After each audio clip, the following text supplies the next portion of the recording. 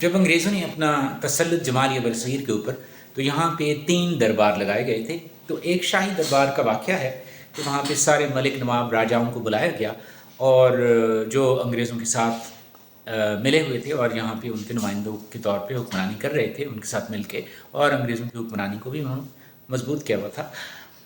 تو وہاں پہ ان کو بلایا گیا، اور اس زمانے میں یہاں صابن وغیرہ کا نہیں پتہ ہوتا تھا. تو ان کو یہ جو ملک راجہ نواب خان سردار چودھری یہ گئے تھے، ان کو انہوں نے رات کو صابن کی ٹکیاں دی تھی کہ یہ صبح اٹھ کے منہ دھوئیں گے. تو ہماری یہ جو ایلیٹ کلاس ہے، رولنگ کلاس ہے، وہ اس کو گڑ سمجھ کے رات کو کھا گئے تھے. اچھا، بات اب یہاں پہ ختم نہیں ہوتی. آپ بھی کہیں گے کہ یہ اتنی پرانی بات کیوں کر رہا ہے یہ بندہ. میں اس لیے کر رہا ہوں کہ بھائی بات ابھی تک ختم نہیں ہوئی. وہ صابن کو گڑ سمجھنے والے ابھی بھی موجود ہیں، ہماری پارلیمنٹ میں موجود ہیں، ہمارے حکمران ابھی بھی وہی ہیں. میں ایک آپ کو سچا واقعہ سناتا ہوں. کچھ عرصہ پہلے ایک ایم این اے کی ڈگری جعلی تھی، جو کہ کافی لوگوں کی ہے. تو ایک ایم این اے پہ کیس چلا اور وہ عدالت گئے، اور عدالت اس کو نائل نہیں کرنا چاہتی تھی کیونکہ وہ عدالت کی کافی چاپلوسی کر چکے تھے، اور وہ افتخار چودھری کی ایکسٹینشن کی بات پارلیمنٹ میں کر چکے تھے. تو جج اس کی فیور میں تھے، تو جج اس کو نائل نہیں کرنا چاہتے تھے. ورنہ تو یہ 1 منٹ لگاتے ہیں جج بھی وزیر اعظم کو گھر بھیجنے میں اور پھانسیاں لگانے میں، اور وردی میں لوگوں کو 3 سال کی ایکسٹینشن دیتے ہوئے.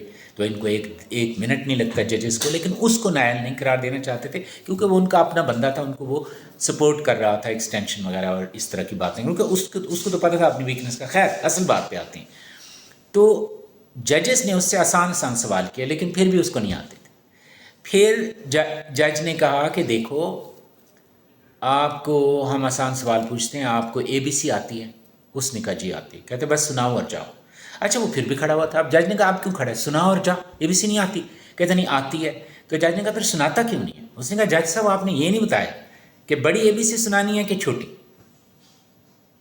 تو اب آپ اس پہ ہنس رہے ہوں گے، تو اس پہ بھی ہنسیں لیکن اپنی قسمت پہ ہنسیں کہ کس طرح کے اعلیٰ دماغ اس وقت بھی ہماری حکمرانی کر رہے تھے، اور آج بھی ہماری نمائندگی اسی طرح کے لوگ کر رہے ہیں جو صابن کو گڑ سمجھ کے کھا گئے تھے. آج بھی یہ صابن اور گڑ کا فرق نہیں کر سکتے. تو اس طرح کی اگر نمائندے اسمبلی میں ہوں گے، اس طرح کی رولنگ کلاس ہوگی، تو پاکستان کا یہی حال ہوگا جس حال میں ہم اور آپ آج ہیں.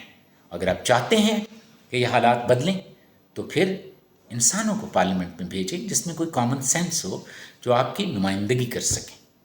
تو یہ مذاق تھے، 2 لطیفے، لیکن حیران کن بات یہ ہے کہ یہ دونوں سچے واقعات ہیں، اور یہ کل بھی درست تھے اور یہ آج بھی درست ہیں.